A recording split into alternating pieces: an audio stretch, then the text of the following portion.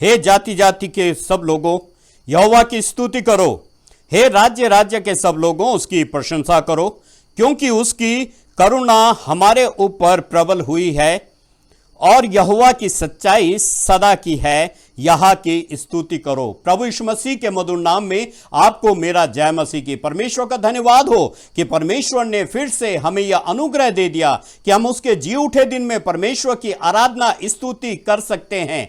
प्रभु का धन्यवाद हो क्योंकि वो महान परमेश्वर है।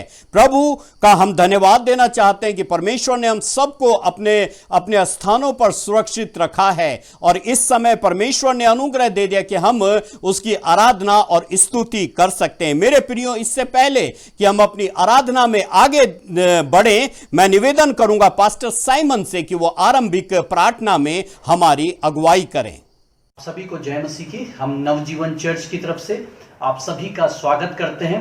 आइए इस आराधना के दिन में हम अपने सर को झुकाएंगे और परमेश्वर के हाथों में आज इस समय को सौंपेंगे। आइए हम प्रार्थना में चलें। अनुपम अनुग्रहकारी दयालु परमेश्वर, हम आपका हृदय से धन्यवाद देते हैं आज के अच्छे और सुंदर दिन के लिए, आपकी इस दया के लिए, आपकी इस करुणा के लिए, आपकी इन भलाइयों के लिए जो आप हमारी जिंदगी में प्रभु ये मौके देते हैं कि हम आपकी उपस्थिति में आएं, आपसे प्यार करें, आपके साथ प्रभु अच्छे संबंध रखें। और इसलिए प्रभु आपने ये दिन हमारे लिए दिया कि हम आपके साथ सहभागिता करें। प्रभु आज जहाँ जहाँ तेरे दास और दासी, तेरे बच्चे प्रभु आराधना के लिए एकत्रित हैं, प्रभु आज आराधना के दिन में हम प्रभु आपसे प्रार्थना करते हैं कि हर एक के जीवन के ऊपर अपना अनुग्रह उतारें। प्रभु आप अपने स्पर्श के द्वारा उनको तृप्त करें। प्यारे प्रभु जी, आपकी उपस्थिति प्यारे प्रभु जी हर एक स्थान में, हर एक घर में और हर एक जगह प्रभु जहाँ पे तेरे नाम से लोग इकट्ठे हुए अपने वायदे के मुताबिक प्रभु तू उपस्थित हो और आशीषित कर। ये आराधना को तेरे हाथों में सौंपते हैं प्रभु जी। गीतों को गाया जाना, वचन का पढ़ा और सुना जाना, और प्रभु जी सब जो गवाहियाँ हैं, जो भी कुछ प्रभु आज हम करते हैं, सिर्फ तेरे नाम की महिमा के लिए करें। इसलिए सारी अधीनता में होकर के प्रभु आज की आराधना को हम तेरे हाथों में सौंपते हैं। प्रार्थना यीशु मसीह के नाम से मांगते हैं, आमीन। हम आराधना में जाने से पहले प्रभु के वचन में से भी पढ़ेंगे और आज मैं आपके सामने भजन संहिता 145 और 9 पद से आगे मैं पढ़ना चाहता हूँ। भजन संहिता 145 साम 145 वर्सेस 9 ऑनवर्ड्स। 9 पद से आगे यहाँ पे लिखा है, यहोवा सबों के लिए भला है और उसकी दया उसकी सारी सृष्टि पर है। हे यहोवा, तेरी सारी सृष्टि तेरा धन्यवाद करेगी और तेरे भक्त लोग तुझे धन्य कहा करेंगे। वे तेरे राज्य की महिमा की चर्चा करेंगे और तेरे पराक्रम के विषय में बातें करेंगे कि वे आदमियों पर तेरे पराक्रम के काम और तेरे राज्य के प्रताप की महिमा प्रकट करे। तेरा राज्य युग युग का और तेरी प्रभुता सब पीढ़ियों तक बनी रहेगी। यहोवा सब गिरते हुओं को संभालता है, वो सब झुके हुओं को सीधा खड़ा करता है। सबों की आंखें तेरी ओर लगी रहती हैं और तू उनको आहार समय पर देता है। तू अपनी मुट्ठी खोलकर सब प्राणियों को आहार से तृप्त करता है। यहोवा अपनी सब गति से धर्मी और अपनी सब कामों में करुणामय है। जितने यहोवा को पुकारते हैं, अर्थात जितने उसको सच्चाई से पुकारते हैं, उन सबों के वो निकट रहता है। वो अपने डरवैयों की इच्छा पूरी करता है और उनकी दुहाई सुनकर उनका उद्धार करता है। यहोवा अपने सब प्रेमियों की रक्षा करता, परंतु सब दुष्टों का सत्यानाश करता है।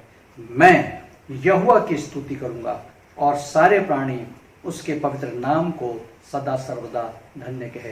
प्रभु इस वचन के पढ़े और सुने जाने पे आशीष दे।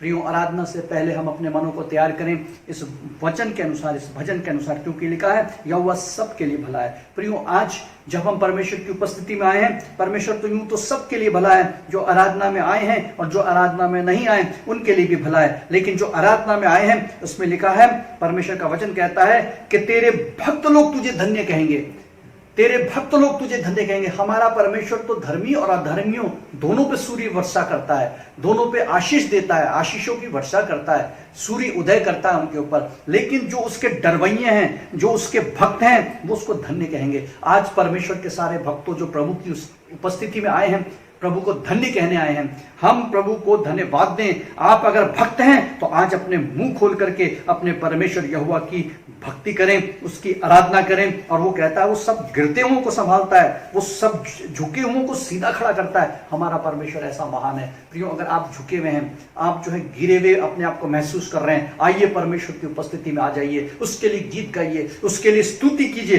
क्योंकि वो आपको उठाने के लिए तैयार है, वो आपको संभालने के लिए तैयार है, वो आपको सीधा खड़ा करने के लिए तैयार है। और कितनी अच्छी बात लिखी है कि यहोवा की आंख सबों पे लगी रहती है और तू उनको आहार समय पे देता है।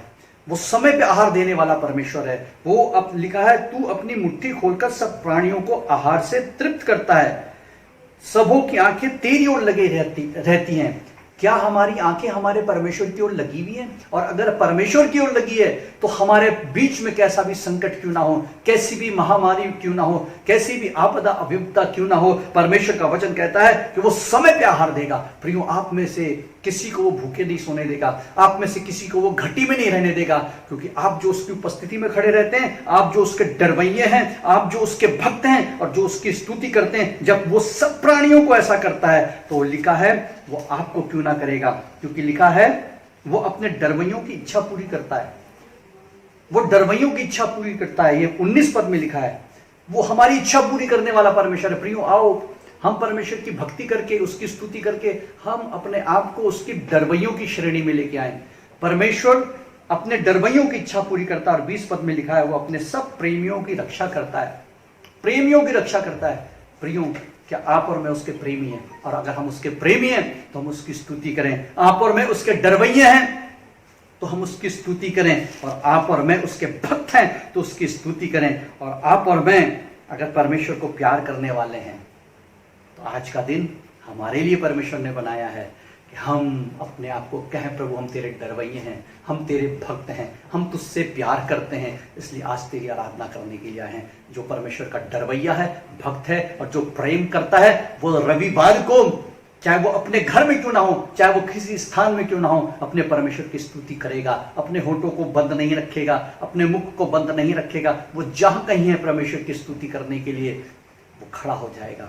इसलिए प्रियो, आओ हम दुनिया के किसी भी कोने में क्यों ना हो, दुनिया बंद हो, लेकिन हम अपने घरों को खोलेंगे, अपने दिलों को खोलेंगे और अपने होठों को खोलेंगे और परमेश्वर का धन्यवाद देंगे। प्रभु आप सबको बहुत आशीष दे। हम आगे आराधना में जाएंगे और इसलिए हम अपने आप को परमेश्वर के हाथ में सौंपें और प्रभु की महिमा करें। आज का दिन परमेश्वर की महिमा का दिन है, उसकी महिमा को करते हुए उसके नाम को ऊंचा करें। पास्टर साइमन को प्रार्थना में अगुवाई करने के लिए धन्यवाद। मेरे प्रियो, परमेश्वर का धन्यवाद हो कि आज हमारे बीच में फरीदाबाद से वर्शिप लीडर एनोक सिंह हैं। मैं प्रभु यीशु मसीह के नाम में उनका स्वागत करता हूं। आइए हम उनके साथ आराधना में कुछ समय व्यतीत करेंगे। आप सभी को जय मसीह की। प्रभु यीशु मसीह के नाम में आपका स्वागत है। आइए हम आज की सुबह आराधना में जाएंगे और प्रभु का हम धन्यवाद देंगे आज के सुंदर दिन के लिए, सुंदर समय के लिए, और अपने प्रभु को हम महिमा और आदर देंगे। आइए हम अपनी आंखों को बंद करें, अपने मनों को हम तैयार करें, क्योंकि वही योग्य है, वही आदर के योग्य है, वही स्तुति के योग्य है और वही महिमा के योग्य है। Hallelujah, thank you Jesus, hallelujah. Yeshu, यीशु,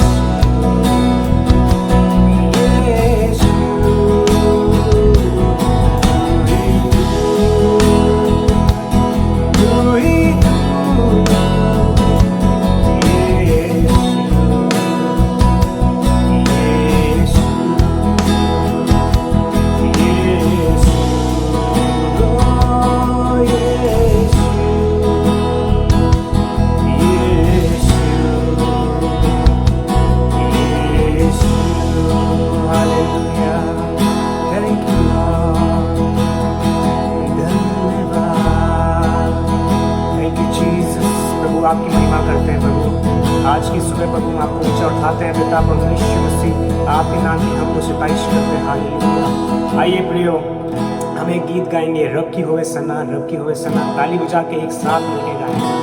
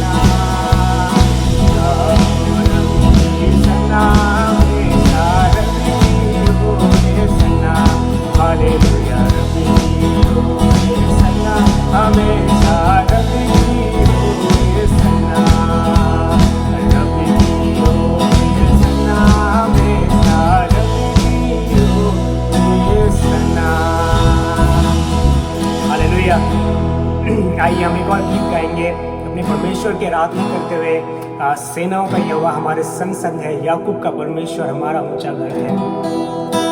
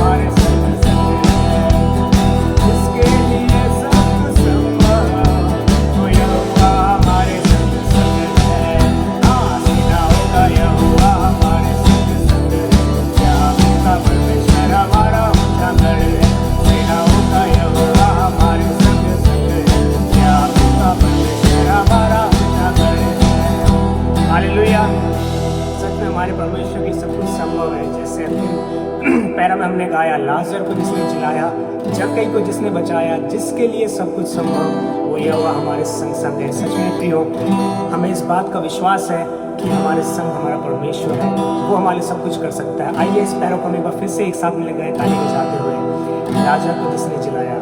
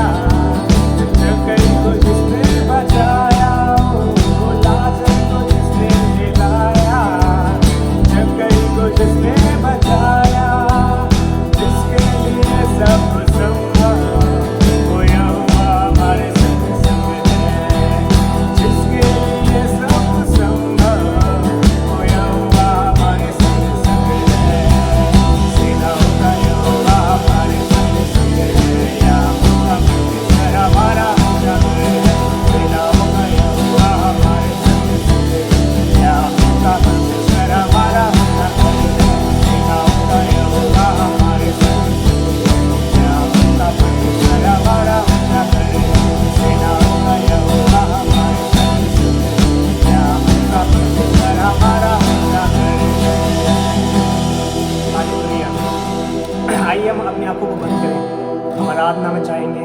आराधना की स्थिति में रहते हुए हम अपने मनों को तैयार करें और प्रभु के सम्मुख हम आए, हम अपने मनों को जांचें और प्रभु को महिमा करें, प्रभु को महिमा दें, क्योंकि प्रभु हमारा महान परमेश्वर है, हमारा राजा का राजा, हमारा दृढ़ है, सब बातों में ऊंचा है। हम अपने प्रभु को ऊंचा उठाएं आज की सुबह, क्योंकि हम कुछ भी नहीं, हम उस धूले कण के समान हैं जिसका कोई मूल्य कोई स्थिति भी नहीं, बट प्रभु ने हमें बनाया है, यीशु ने हमें संभाला है, यीशु ने बचाया है। उसकी महिमा करें, उसकी आराधना करें, एक साथ मिलकर हम प्रभु को हम धन्यवाद दें। हालेलुया यीशु यीशु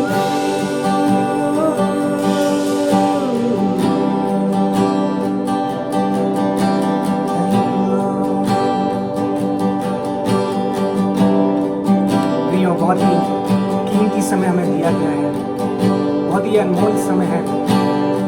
इस समय को ज़ाया ना करें। हम ये ना देखें हमारे आजू बाजू कौन है, हमारे अगल बगल लोग क्या कर रहे हैं, बल्कि उस प्रभु को हम निहारें, उस प्रभु की हम देखें अपने पूरे तन, अपने पूरे मन के साथ। थैंक यू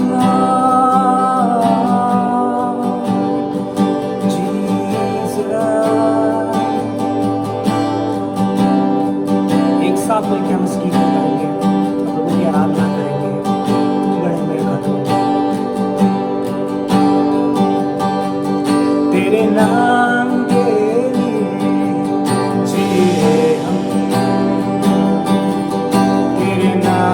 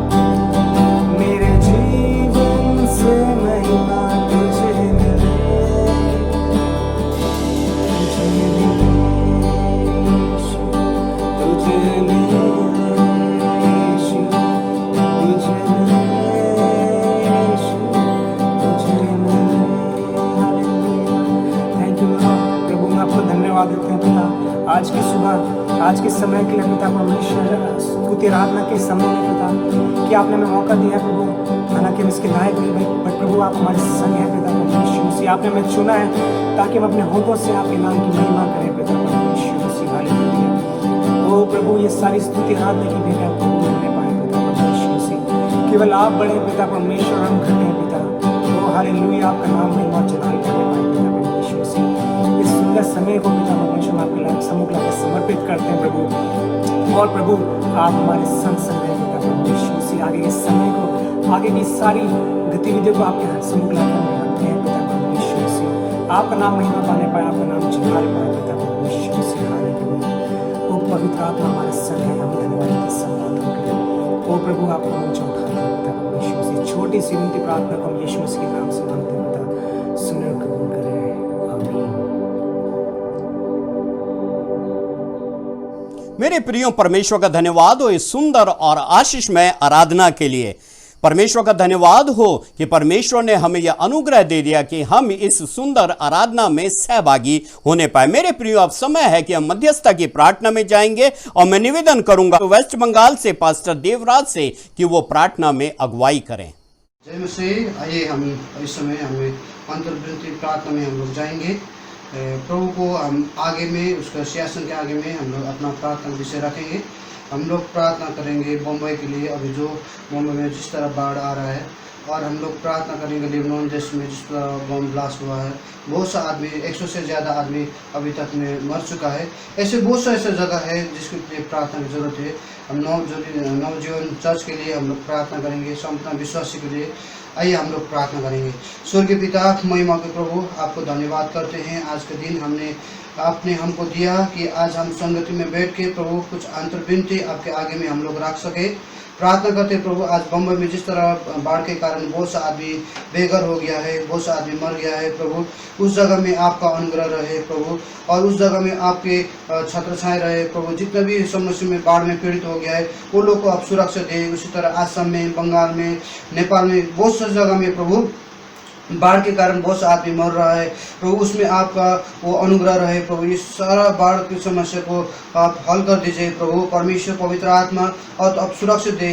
हम लोग आपसे यही विनती प्रार्थना करते हैं, क्योंकि आपके वचन में कहता है धर्मी जन की प्रार्थना सुनो होता है बोल के आपका वचन में इस तरह कहता है। उसी तरह मैं प्रार्थना करूँ, आज संसार में जिस तरह का अशांति फैला हुआ है प्रभु, जिस जगह जगह में बम ब्लास्ट हो रहा है, लेबनान देश में और दुबई में, इस बहुत से जगह में ऐसा हो रहा है प्रभु। परमेश्वर आपका वचन में ये कहता है कि अंतिम दिनों में ऐसा बड़ा बड़ा घटना, ऐसा बड़ा बड़ा बाढ़, बहुत ऐसा घटना जब सुनोगे तब तुमको ये पता चलेगा कि मैं आने वाला हूँ प्रभु। पिता, आपका आगमन बहुत जल्दी है प्रभु। इस बीच में हम लोग को अनुग्रह कर। अब मैं आपसे ये विनती करता हूँ प्रभु, आज संसार में आपका अनुग्रह रहे, शांति रहे और सुरक्षित रहे।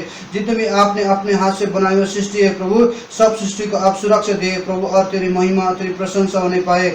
इसलिए प्रार्थना करते विश्व भर में रहो तेरा दास दासनी को लोग, हर एक मंडली को लोग, हर विश्वासी लोग को प्रभु आप सुरक्षित दे। कोई किसी को समस्या है, कोई खाने के लिए, कोई पीने के लिए, कोई लगाने के लिए, कोई भी प्रकार का समस्या किया हो प्रभु आप पूरा कर प्रभु। जिस तरह आप इजरायली लोगों को मन्ना खिलाया था, जब तक आप दूध और मोहब्बत वाला देश में नहीं पहुंचाया प्रभु, तब तक आपने सब कुछ पूरा कर दिया है प्रभु। अभी भी बहुत से सब प्रभु को दास लोग हैं प्रभु, सेवकाई में है, जंगल में है, विभिन्न जगह में प्रभु सेवकाई कर रहे हैं। वो लोग को हर एक सुविधा आप दे प्रभु, उनको हर एक कोई जितनी भी आवश्यक चीज़ है प्रभु वो सब तू स्वर्ग से पूरा कर और तेरी महिमा होने पाए प्रभु। परमेश्वर विश्व जितने भी छड़ा हुआ तेरा दास दासनी लोग है, सबको, हर एक मिशन मिनिस्ट्री को, हर एक विश्वासी लोग को अनुग्रह करे। हर एक प्रभु को दास लोग को, पास्टर को, पास्टर परिवार को प्रभु आप स्वर्ग से सब कुछ पूरा कर दे प्रभु परमेश्वर। क्योंकि आप फिलिपी की किताब में इसी तरह कहता है, जो भी हम लोग मांगते हैं प्रभु परमेश्वर फिलिपी 4:19 में कहता है कि तो आप प्रभु यीशु मसीह के द्वारा सब कुछ पूरा करेगा।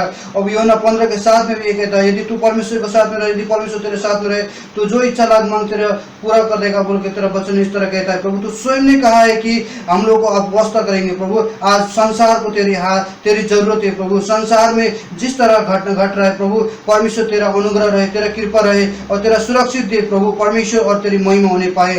प्रभु धन्यवाद करते मेरे लिए भी धन्यवाद करते नवजीवन चर्च के लिए, जितना भी सेवाकाई चल रहा है, जितना भी विश्व से हर एक को प्रभु अनुग्रह कर। कोई बीमार है तो उसको भी सुरक्षा दे प्रभु परमेश्वर, हर एक कमी घटिया स्वर्ग से तो पूरा कर। अभी जो संसार में कोरोना वायरस फैल रहा है प्रभु, इस वायरस से भी तेरा जन, तेरा पवित्र जन लोग को सुरक्षित दे और तेरी महिमा होने पाए। और जो वैक्सीन बन रहा है प्रभु, वो वैक्सीन जल्दी से जल्दी बनने पाए और प्रभु परमेश्वर बहुत से आत्मा है सभी बांचने के लिए पाए प्रभु परमेश्वर। और इस जो समय अभी लॉकडाउन समय में कोई खाना नहीं पाया होगा, कोई किसी के लिए विभिन्न प्रकार का समस्या है प्रभु परमेश्वर, हर एक को तू स्वर्ग से और उसका कमी घटी पूरा कर प्रभु परमेश्वर। हे पिता, तेरे नाम की महिमा होने पाए, तेरे नाम को प्रशंसा होने पाए प्रभु। तुझे अपने हृदय से और मन से धन्यवाद करते और प्रार्थना चढ़ाते। मैं विश्वास करता हूँ तेरा वचन ये कहता है, धर्मी जन की प्रार्थना में सुनता हूँ और उत्तर देता हूँ, बोल के तेरा वचन कहता है प्रभु। इस वचन को मैं क्लेम करता हूँ प्रभु, और तेरी महिमा, तेरी प्रशंसा, तेरे नाम को जय जयकार होने पाए। पिता धन्यवाद सभी चीज के लिए प्रभु। मेरा विनती आपके शासन के आगे में पहुंच चुके हैं। मैं विनती ये विश्वास करता हूँ, विनती और प्रार्थना ऊपर जाती है और आशीष लेके नीचे आती है प्रभु। ये विश्वास करता हूँ कि आपने हमारा विनती सुना है प्रभु, इसके लिए तो धन्यवाद करते हैं। सब थोक के लिए धन्यवाद, सारा विनती को तेरे हाथ में समर्पण करते हैं। विश्वास करता हूँ तूने सुना और उत्तर दिया है। धन्यवाद चढ़ते विनती मांगते नाजत के श्री कृष्ण नाम में, आमीन।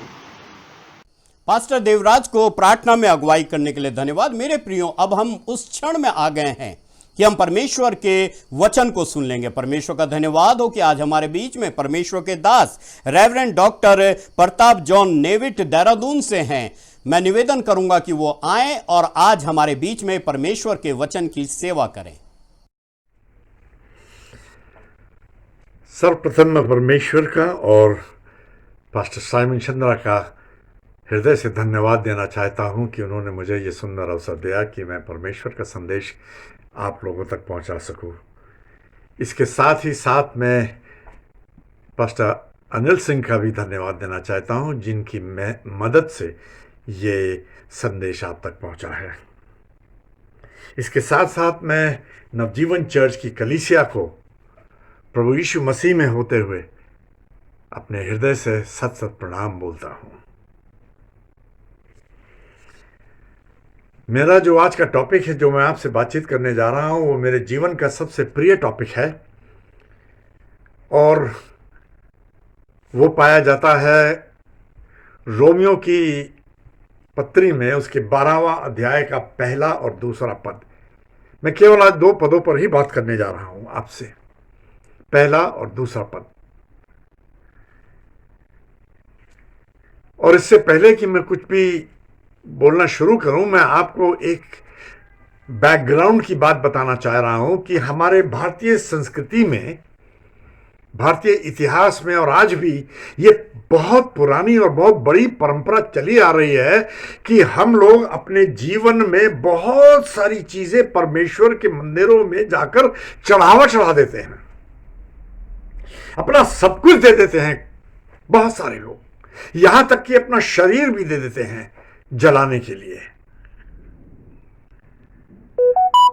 और इन सब बातों का प्रमाण मैं आपको बताता हूं कि कुछ धर्म स्थल जो भारतवर्ष में पाए जाते हैं, अभी कुछ दिन पहले उनके कपाट खोले गए थे और उनमें 2.5 लाख करोड़, कृपया ध्यान दें, 2.5 लाख करोड़ रुपए का सोना इकट्ठा पाया गया है। ये कोई मामूली रकम नहीं है, 2.5 लाख करोड़ का सोना इकट्ठा पाया गया है। और अभी कुछ कपाट बाकी हैं जो खुले नहीं हैं, शायद वो खुल जाए तो 5 लाख करोड़ का हो जाए। जरा सोचिए कि भारतवर्ष के लोगों में अपने परमेश्वर के प्रति कितनी बड़ी श्रद्धा है, कितना वो बलिदान चढ़ाते हैं अपने जीवन का अपने ईश्वर पर। और अवश्य ही उनका परमेश्वर उनके इस बलिदान के कारण उन पर, अपने भक्तों पर अवश्य ही प्रसन्न होगा। और क्यों ना हो, क्योंकि ये आवश्यक है, क्योंकि उन्होंने अपना सब कुछ दे दिया, चढ़ावा चढ़ा दिया, लाखों करोड़ों में चढ़ा दिया।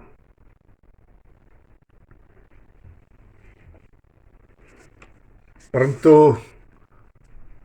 आज हम लोग जिस परमेश्वर की आराधना करने के लिए अनेकों भवनों में बैठे हुए हैं, नवजीवन चर्च की कलीसियाएं जहां कहीं पर भी हैं भारतवर्ष में, या और भी हजारों लाखों कलीसियाएं जहां कहीं पर भी बैठे हुए लोग आज जिस परमेश्वर की आराधना कर रहे हैं, उस परमेश्वर की इच्छा को हम जानना चाहेंगे। आज उस परमेश्वर की इच्छा इसी पौलुस रसूल ने,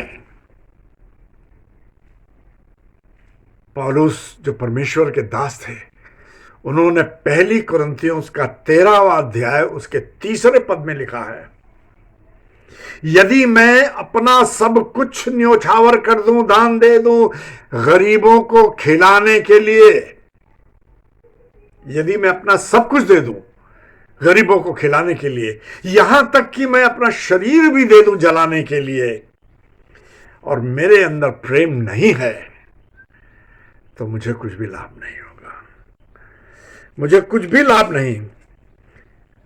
प्रिय अजीजों, ये परमेश्वर जिसकी आराधना हम और आप कर रहे हैं, ये सोना चांदी रुपया पैसा हीरे जवाहरात कोठी बंगले मोटर गाड़ी से प्रसन्न नहीं होता।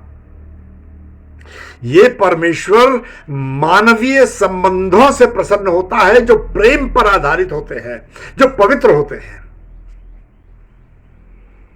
प्रेम पर आधारित मानवीय संबंधों से प्रसन्न होता है।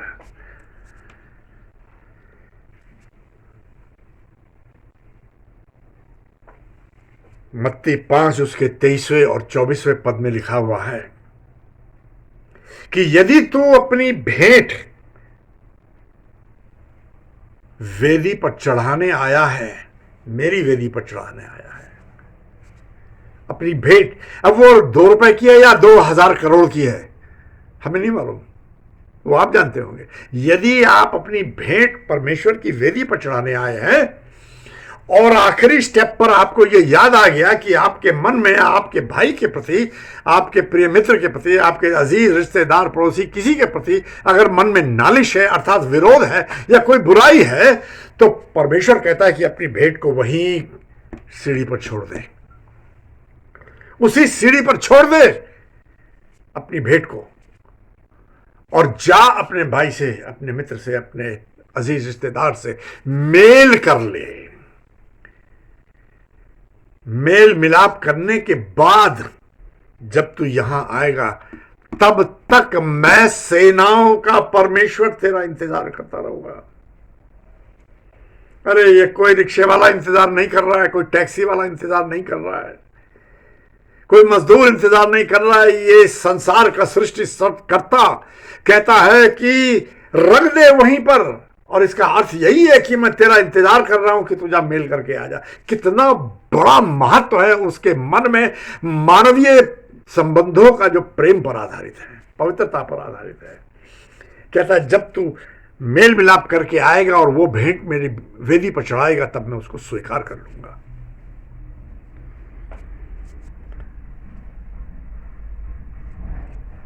यही बात इस बात को साबित करती है कि परमेश्वर जो है मानवीय संबंधों और सच्चे प्रेम को कितना महत्व देते हैं। रुपया पैसा सोना चांदी संबंधों और प्रेम के समक्ष कचरा है। रुपया पैसा की कोई महत्व ही नहीं है। इन सब संसारिक चीजों का दान अथवा शरीर को भी जलने देने के लिए, या इन सारी चीजों, शरीर को जला देने से भी प्रेम सिद्ध नहीं होता, परंतु प्रेम तो कुछ और ही कहता है। रोमियो की पत्री 12वां अध्याय उसका 1 पद कहता है, परमेश्वर की दया का स्मरण दिलाते हुए मैं आपसे विनती करता हूं। संत पौलुस कहते हैं कि परमेश्वर की दया का स्मरण दिलाते हुए मैं आपसे विनती करता हूं कि अपने शरीरों को जीवता, मरा हुआ नहीं, मार कर नहीं, गला काट कर बलिदान मत करिए, जीवता हुआ, जीते जी पवित्र और परमेश्वर को भावता हुआ बलिदान चढ़ाओ।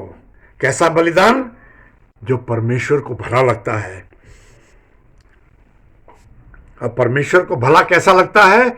जीवता और पवित्र बलिदान। प्रभु का दास कहता है यही तुम्हारी आत्मिक सेवा है।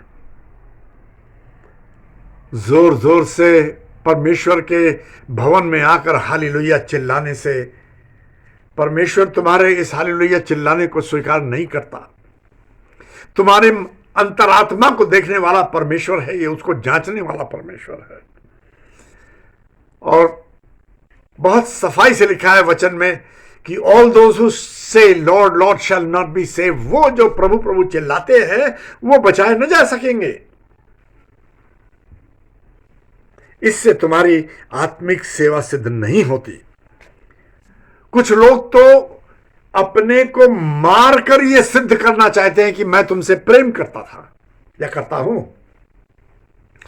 क्षमा कीजिएगा, मैं एक पुरानी हिंदुस्तानी फिल्म का उदाहरण आपके सामने ला रहा हूं।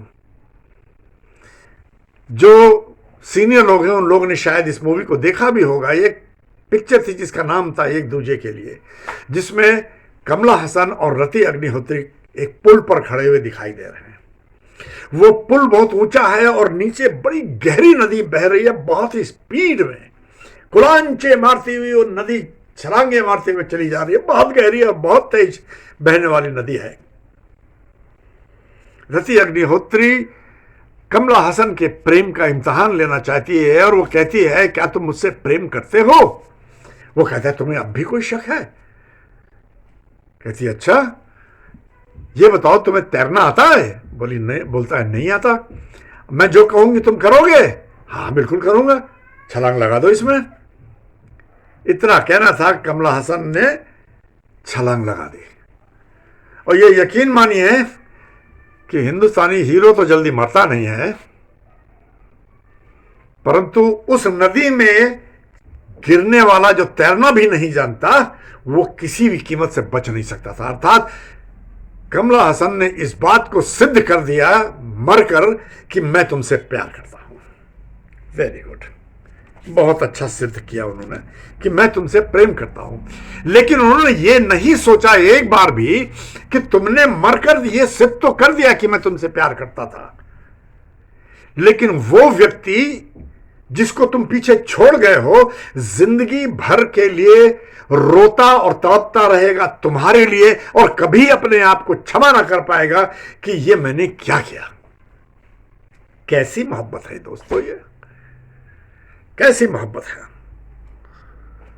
अजीजों, ये जीवता और पवित्र बलिदान नहीं है। ये परमेश्वर को नहीं भाता कि तुम मरकर अपना बलिदान दे दो। जीवता और पवित्र बलिदान दो। ऐसा बलिदान कुछ हद तक एक गरीब मां को आपने देखा होगा जाड़ों की ठिठुरती रात में, दिसंबर जनवरी की ठिठुरती रात में, जब वो मां सड़क के फुटपाथ पे लेटी हुई है, उसके पास एक छोटा सा बच्चा है 10 महीने का, 8 महीने का, और वो अपनी एक ही साड़ी उसके पास है, उसी साड़ी को फैलाकर बच्चे को उस पर लिटा देती है और बच्चे को रात में ठंड लगती है और वो साड़ी भीग जाती है। फिर वो दूसरी तरफ बच्चे को लिटा देती है और उसमें भी बच्चे को ठंड लगती है और उधर भी भीग जाती है। माँ उधर हो जाती है, बच्चे को सूखे में कर देती है, परंतु वो भी थोड़ी देर बाद भीग जाता है। और तब माँ क्या करती है, बच्चे को अपने सीने पर लिटा लेती है, अपने जिस्म की गर्मी उसको देती है और इस तरह से उस बच्चे को जिंदगी मिलती है। प्रिय मित्रों, यह है जीवता और पवित्र बलिदान का छोटा सा उदाहरण। यह उदाहरण कुछ नर्सेस में भी देखने को मिलता है, परंतु आजकल का नर्सिंग प्रोफेशन भी कमर्शलाइज हो गया है। रुपया पैसा है, पैसे के पीछे भाग रही है लोग। परंतु फ्लोरेंस नाइटिंगेल ऐसी नर्सेस जिन्होंने अपनी जवानी को उन घायल सिपाहियों की सेवा में लगा दिया। उसने ना दिन देखा, ना रात देखा, ना बारिश देखी, ना आंधी देखा, ना तूफान देखा, परंतु वो उन सिपाहियों की सेवा करती रही आखिरी वक्त तक अपनी जिंदगी के। और आज उसी के कारण ये प्रोफेशन आज सारी दुनिया में बन सका है। उसी के कारण आज नर्सिंग सिस्टम सामने हमारे है।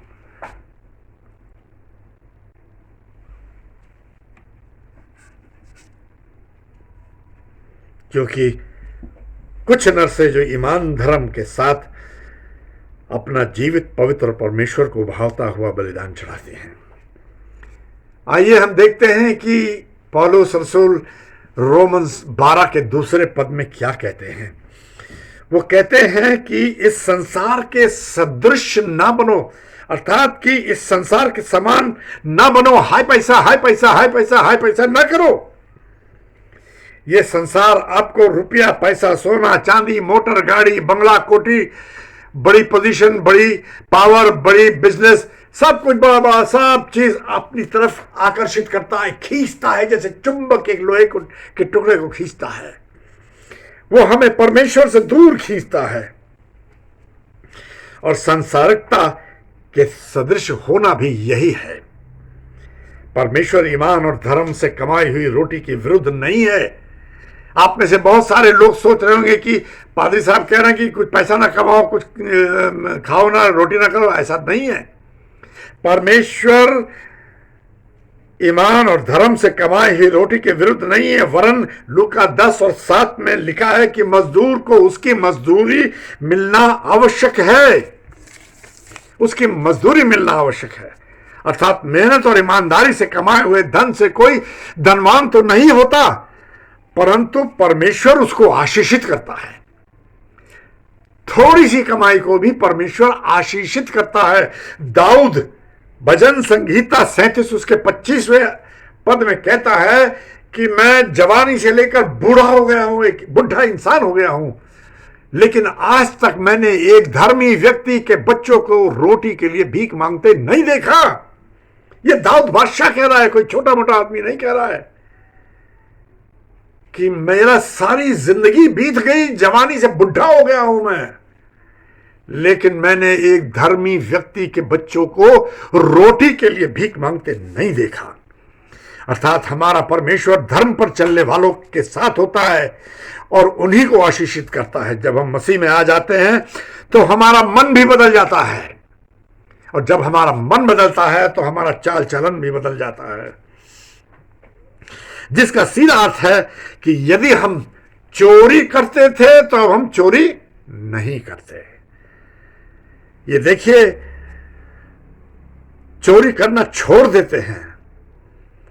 इफिसियों के 4 अध्याय के 28वें पद में लिखा है कि जो कोई चोरी करता हो वो चोरी करना छोड़ दे। मसीह में आने के बाद अब चोरी करना छोड़ दो और अपने हाथों की मेहनत से कमाई करके उन लोगों की भी मदद करो जो जरूरतमंद है।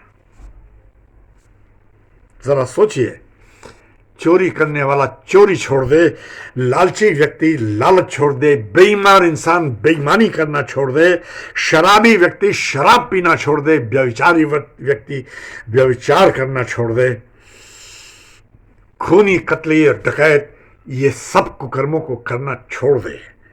क्योंकि अब तुम मसीह में आ गए हो, तुम्हारा मन बदल गया है, तुम्हारा चरित्र बदल गया है, तुम्हारा कैरेक्टर बदल गया है। यही में मसीह में आना हुआ, अपना चाल चलन बदल गया है। केवल होठों से बड़ा बड़ा बड़ा बड़ा करना, hallelujah hallelujah praise the Lord करना काफी नहीं है। उदाहरण के लिए मैं आपके सामने उस व्यभिचारिणी व्यक्ति स्त्री का उदाहरण लेकर आता हूं, जो कि प्रभु के सामने जब उसको लोग लेकर आए कि तू क्या कहता है, बड़े बड़े पत्थर हाथ में लिए हुए थे, बड़े बड़े धर्मगुरु बड़े बड़े पत्थर उस औरत को मारने के लिए, जान से मारने के लिए, क्योंकि वो व्यभिचार में पकड़ गई। और तब आप सब जानते हैं कि प्रभु ने जब जो उन लोगों को कहा, सब छोड़ छोड़कर भाग गए। कोई ऐसा नहीं था कि पहला पत्थर वो मारे जिसने पाप ना किया, कोई ऐसा नहीं था, सब भाग गए। अंत में प्रभु कहता है, अंतिम पदों में आप पढ़ेंगे कि उस स्त्री से प्रभु पूछते हैं, क्या तुझे किसी ने कंडेम किया? क्या तुझे किसी ने कंडेम किया? वो स्त्री कहती, नहीं प्रभु, नहीं किया। ध्यान से सुनिएगा प्रभु क्या कह रहे हैं। प्रभु का मतलब था कि अब तुम मेरे पास आ गई है, तेरे जीवन में मैं आ गया हूं, जा, अब पाप मत करना। चाल चलन में बदलाव आना है, हमारे कैरेक्टर में, हमारे चरित्र में बदलाव आना है। अभी तक हम पाप में पड़े हुए थे, लेकिन प्रभु कहता है अब जा, पाप मत करना। दूसरा उदाहरण, जब हम मसीह में आ जाते हैं तो हम प्रेम, दया और करुणा से भर जाते हैं, जैसा कि नेक सामरी, गुड समैरिटन की कहानी में हमने देखा है। लूका 10 और उसका 30वां अध्याय और उसके आगे की कहानी में भी जब हम देखते हैं कि प्रभु यीशु मसीह उन लोगों से जो चारों तरफ खड़े हुए थे उनसे बातचीत करता है और कहता है, अंतिम पदों में देखिए आप, कि उन 3 व्यक्तियों में से, जो वो 3 व्यक्ति उसके सामने से होकर आए हैं, उनमें से कौन था उसका असली पड़ोसी? आप लोग इस कहानी को जानते हैं, मैं उस कहानी को रिपीट नहीं करना चाहता। प्रभु यीशु मसीह लोगों से पूछते हैं, उसका उन तीनों में से कौन पड़ोसी था? एक व्यक्ति ने कहा, प्रभु वो जिसने दया और करुणा और प्रेम के साथ उस व्यक्ति की सेवा करी, तीमारदारी करी, उसको अस्पताल लेके गया, सब कुछ किया उसके लिए। प्रभु कहता है, बिल्कुल तूने सही कहा, बिल्कुल सही कहा तूने, कोई चीज गलत नहीं कही। और अंत में एक और शब्द कहता है, जा, तुम भी ऐसा ही किया करो, तुम भी ऐसा ही किया करो।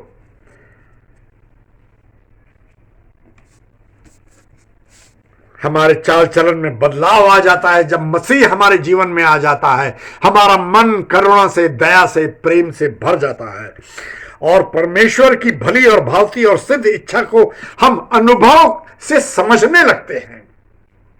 हमारे पास एक ऐसा अनुभव हो जाता है कि हम परमेश्वर की भली और भावती हुई सिद्ध इच्छा को समझने लगते हैं।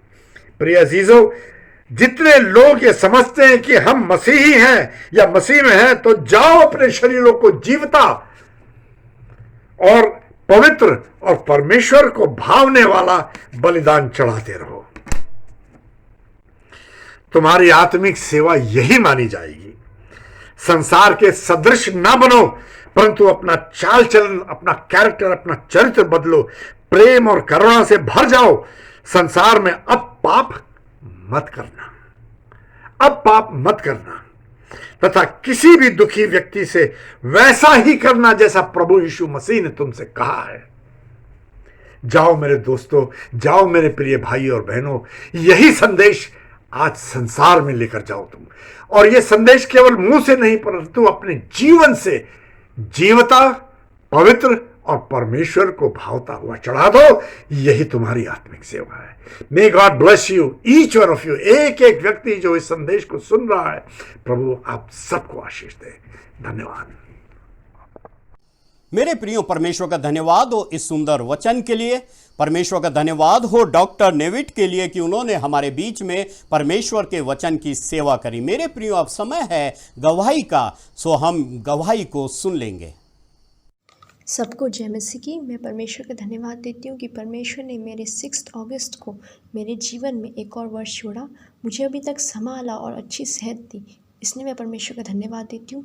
दिल्ली में मुझे अच्छे कॉलेज में एडमिशन दिया और नानी के साथ रहने का एक मौका दिया और मुझे वहाँ पे एडजस्ट होने के लिए, वहाँ पे अपने आप को ढालने के लिए मुझ पर अपना अनुग्रह किया। शुरुआत में मुझे थोड़ा सा एडजस्ट होने में टाइम लग रहा था, पर परमेश्वर से बहुत धन्यवाद करती हूँ कि परमेश्वर ने वहाँ पे मुझे एडजस्ट होने के लिए, वहाँ पे अपने आप को ढालने के लिए मेरी अगुवाई करी। और मैं परमेश्वर का धन्यवाद देती हूँ कि मेरे 1 साल कॉलेज के वहाँ पे कंप्लीट हो पाए। पूरे साल भर आप परमेश्वर ने मेरे साथ रहे, कॉलेज में मेरी अगुवाई करी, पढ़ाई में, सब बातों के लिए मैं परमेश्वर का धन्यवाद देती हूँ। और अब मुझे 2nd ईयर में प्रमोशन दिया, इसलिए मैं परमेश्वर को बहुत धन्यवाद देती हूँ।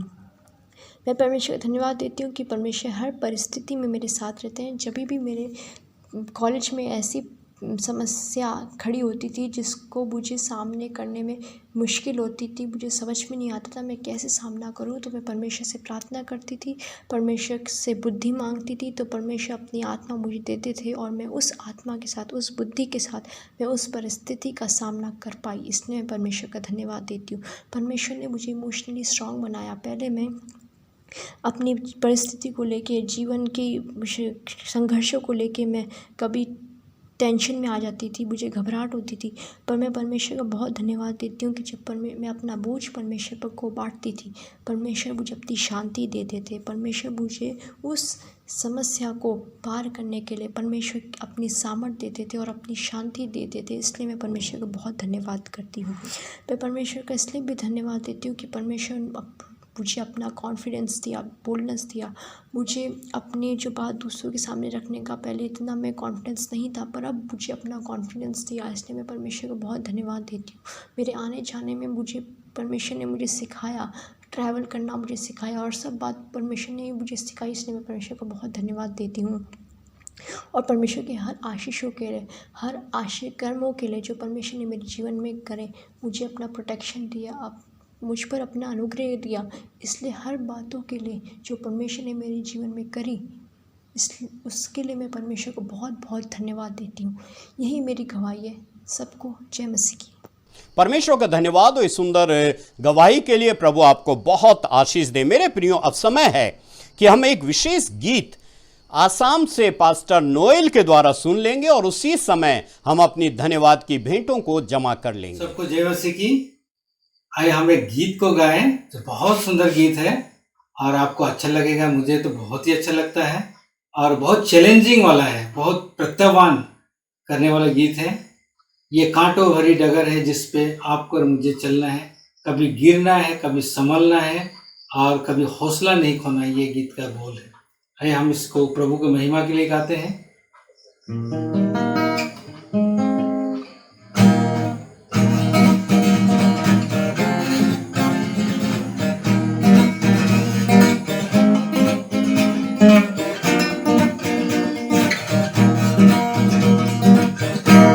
ये कांटों भरी डगर है जिस पर है तुमको चलना।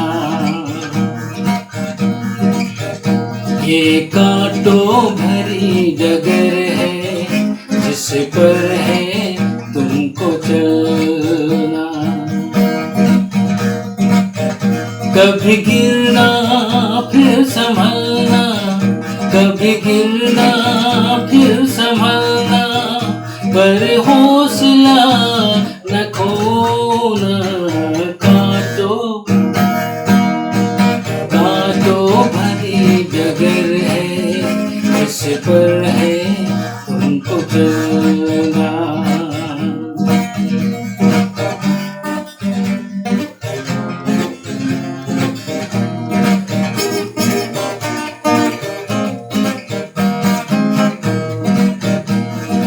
बर्बादी होंगे तेरे, बर्बादी होंगे तेरे। जब जब हंसे जमाना, बर्बादी होंगे तेरे। जब जब हंसे जमाना, तू बेटा है खुदा का। कभी आंसू ना बहाना, कभी आंसू ना बहाना। ये जिल्लत भरी डगर है जिस पर है तुमको चलना। ये जिल्लत भरी डगर है जिस पर है तुमको चलना। कभी गिरना फिर संभलना, कभी गिरना फिर संभलना, पर हौसला न खोना। कांटों भरी पर है तुमको चलना।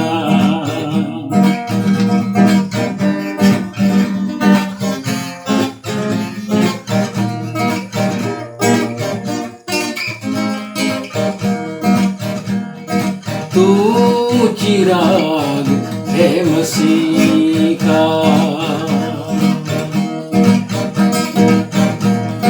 तू चिराग है मसीह का, रोशन जग को करना।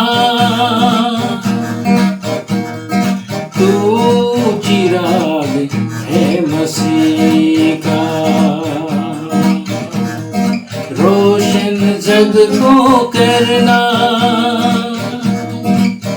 तू बेटा है खुदा का, कभी आंसू न बहाना, एक मिसाल बन के रहना। ये कांटों भरी जगह है, जिस पर है तुमको चलना। ये कांटों भरी डगर है, जिस पर है तुमको चलना। कभी गिरना फिर संभलना, कभी गिरना फिर संभलना, पर हौसला न खोना। कांटों भरी डगर है, जिस पर है तुमको चलना। सबको जय मसीह की। पास्टर नोएल को इस सुंदर गीत के लिए धन्यवाद। मेरे प्रियो, अब हम प्रार्थना में जाएंगे और मैं निवेदन करूंगा पास्टर राजू जॉन से कि वो इस दान के लिए, वचन की सेवा के लिए प्रार्थना में अगुवाई करें। प्रार्थना करें। प्रभु धन्यवाद देते हैं एक बार फिर से सुंदर समय के लिए। राजा हम धन्यवाद देते हैं सारी बातों के लिए, सारे कार्यों के लिए प्रभु, आज के अच्छे वचन के लिए, आज की अच्छी वर्शिप के लिए। और पिता धन्यवाद देते हैं जितने लोग अपने इस मीटिंग में, ऑनलाइन मीटिंग में शामिल हुए प्रभु जी, उन सब के लिए, उन सब परिवारों के लिए, बुजुर्गों के लिए, जवानों के लिए, बच्चों के लिए प्रभु हम आपको कोटि कोटि धन्यवाद देते हैं। धन्यवाद देते हैं पिता परमेश्वर। और पिता परमेश्वर जितने सेवकों ने आज अपने पिता परमेश्वर इस प्रार्थना में सहयोग किया, उन सारे सेवकों के लिए भी हम आपका धन्यवाद देते हैं। प्रार्थना करते हैं परमेश्वर पिता आज की टाइट्स के लिए, ऑफरिंग के लिए, और पिता परमेश्वर मिशन फंड के लिए, दान दशवंश के लिए प्रभु जी, सारी बातों के लिए हम आपको कोटि कोटि धन्यवाद देते हैं। प्रभु जी जिन लोगों ने हाथ बढ़ाए हैं पिता परमेश्वर, आप उनके काम रोजगार पर, उनके पिता परमेश्वर पॉकेट पर, हर चीज पर तूने आशीष देना प्रभु जी। जैसे तूने पिता परमेश्वर अय्यूब की धन संपत्ति पर बाड़ा बांधा, वैसे ही प्रभु जी उनके घर परिवारों पे, उनकी धन संपत्ति पर तू अपने बाड़े को लगाना पिता। और पिता परमेश्वर इनकी हर जरूरतों को आप पिता परमेश्वर पूरा करना प्रभु जी। जब इन्होंने अपनी घटी में से बोया है, अपनी बढ़ोतरी में से बोया है प्रभु जी, हम प्रार्थना करते हैं ये सारा पिता परमेश्वर बोया हुआ बीज इनके लिए, इनके परिवार के लिए पिता परमेश्वर फलवंत होने पाए। पिता हम प्रार्थना करते हैं जो भी मिशन फंड निकाला गया, उस मिशन फंड पर भी आपकी आशीष हो, ताकि पिता परमेश्वर उस मिशन फंड के द्वारा आपका सुसमाचार और पिता परमेश्वर कलीसिया के जो भी कार्य हैं, उन सारे कार्यों में भी आपकी महिमा होने पाए। धन्यवाद पिता, तूने सारी प्रार्थना को सुना। धन्यवाद के साथ प्रार्थना यीशु के जीवित नाम से मांगते हैं, आमीन। पास्टर राजू जॉन को प्रार्थना में अगुवाई करने के लिए धन्यवाद। मेरे प्रियो, अब समय है कि हम अपने विश्वास वचन को दोहराएंगे। मैं निवेदन करूंगा देहरादून से पास्टर धर्मेंद्र से कि वो विश्वास वचन के दोहराने में हमारी अगुवाई करें। आप सभी को जय यीशु मसीह के। हम सभी अपने स्थानों पर खड़े हो जाएंगे और प्रेरितों के विश्वास को दोहराएंगे। मैं विश्वास करता हूं सर्वशक्तिमान पिता परमेश्वर पर, जिसने आकाश और पृथ्वी की रचना की, और उसके पुत्र हमारे प्रभु यीशु मसीह पर कि वह पवित्र आत्मा की सामर्थ्य से देहधारी होकर कुंवारी मरियम से उत्पन्न हुआ, पेंतुस पिलातुस के राज्य में दुख उठाया, क्रूस पर चढ़ाया गया, मारा गया और गाड़ा गया, अधोलोक में गया और तीसरे दिन मृतकों में से जी उठा, स्वर्ग पर चढ़ गया और पिता परमेश्वर के दाहिने हाथ जा बैठा है, जहां से वह जीवितों व मृतकों का न्याय करने को आएगा।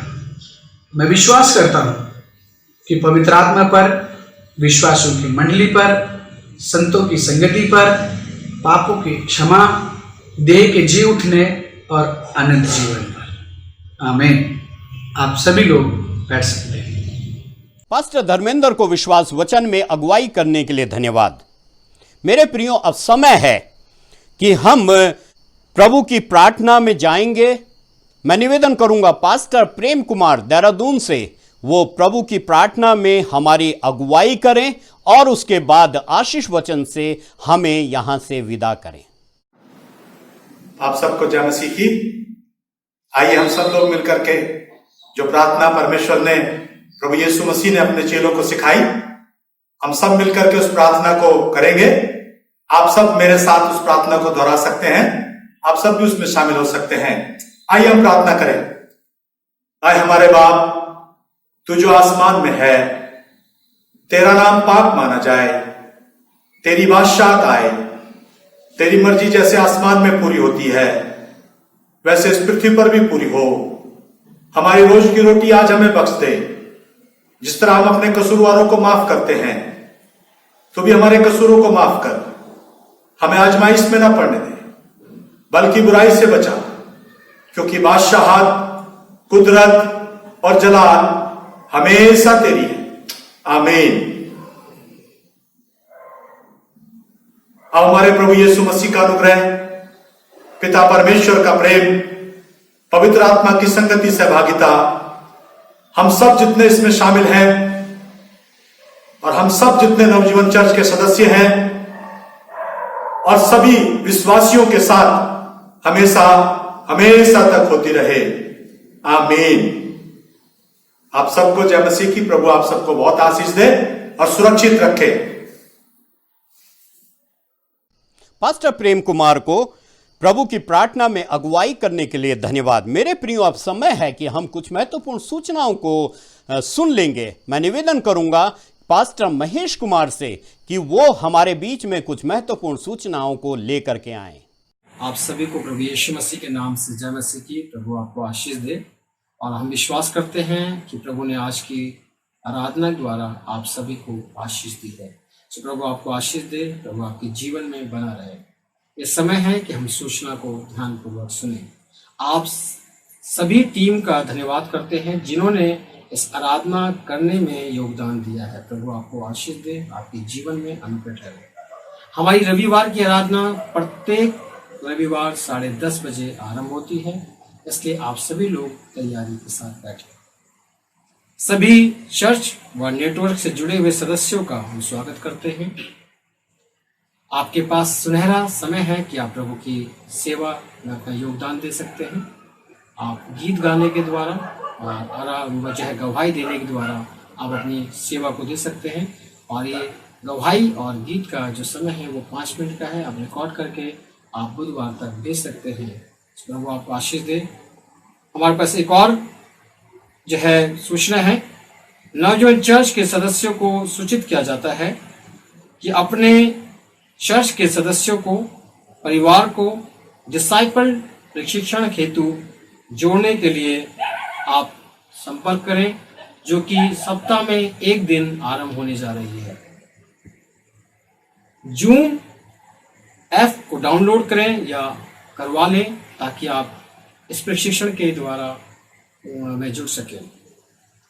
आप जो अपना दशवांश और दान जो हर सप्ताह जमा करते हैं, आप इसको चर्च में जमा करा दें और जरूर रसीद ले लें।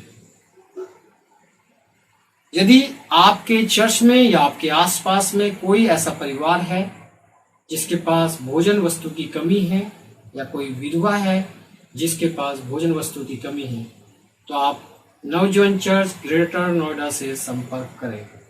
प्रभु आपको आशीष दे। सूचना समाप्त होती है। जय मसीह। पास्टर महेश कुमार को सूचनाओं को देने के लिए धन्यवाद। मेरे प्रियो, परमेश्वर का धन्यवाद हो कि परमेश्वर ने हमें अनुग्रह दे दिया कि आज की आराधना में हम सहभागी होने पाए।